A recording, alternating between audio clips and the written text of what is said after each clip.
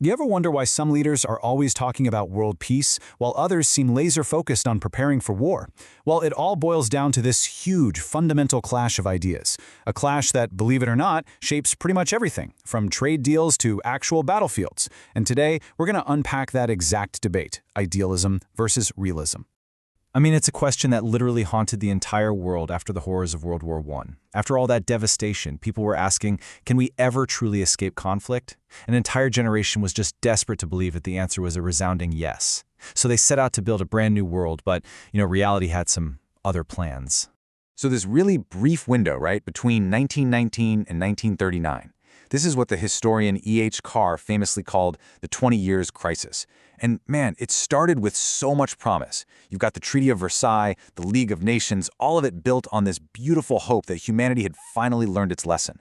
But that dream just completely crumbled. It got crushed under the weight of economic collapse and the rise of aggressive regimes, and it led us right back into another global war. So what on earth went so wrong? Well, to get that, first we have to understand the incredibly powerful idea that just swept across the globe in the 1920s. This was the age of idealism, this powerful conviction that humanity could actually use reason and goodwill to engineer a future completely without war. You had major thinkers and world leaders, probably most famously U.S. President Woodrow Wilson, who were all championing this view. Their argument was pretty simple, really. They said war isn't some natural state of affairs, it's just a problem that could be solved. So what was their solution? Well, things like international law, cooperation, and creating these big, powerful institutions like the League of Nations that could step in and mediate disputes before they ever turn violent. And that right there was the core of their thinking. I mean, you can kind of see why their critics started calling them utopians, right? They were working on some big assumptions that all nations ultimately want peace, that a piece of paper, a law, could actually restrain an army, and that humanity as a whole was on this inevitable path of progress toward a better future. It was, a profoundly optimistic vision, but as it turned out, a really fragile one. But then, the 1930s unfolded. You have the Great Depression, the rise of aggressive dictatorships, and suddenly all that optimism started to look, well, dangerously naive.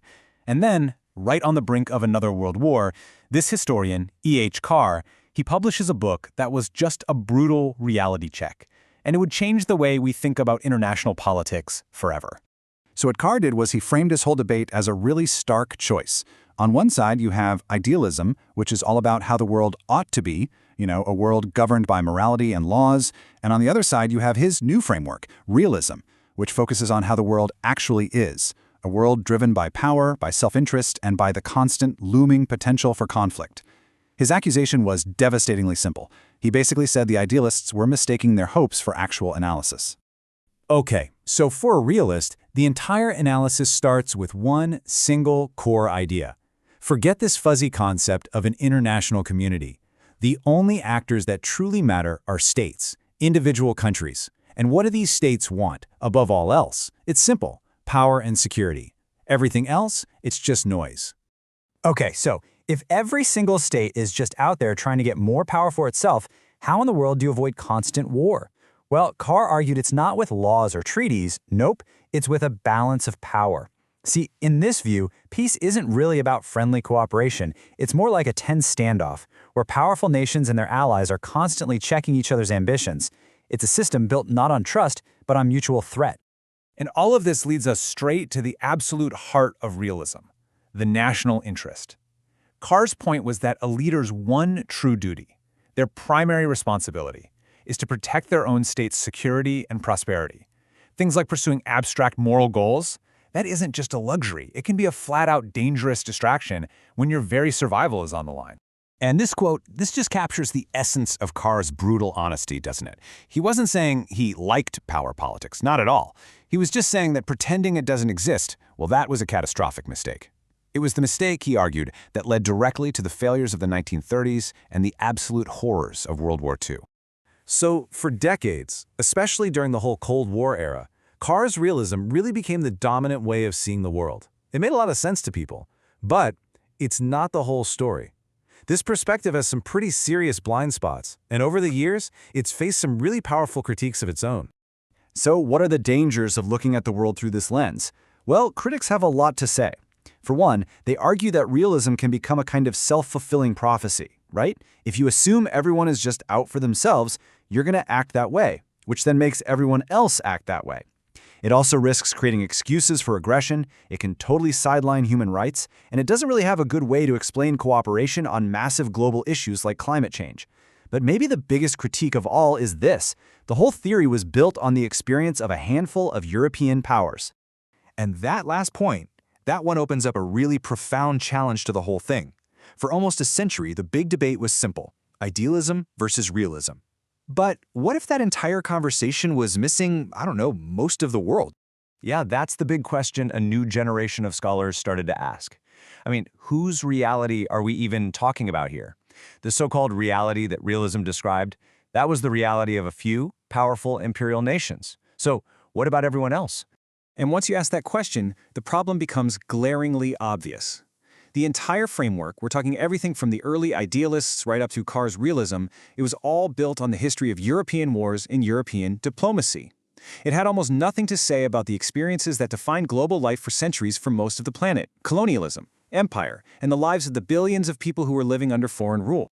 This massive blind spot, as you can imagine, sparked a really powerful movement to decolonize the study of international relations.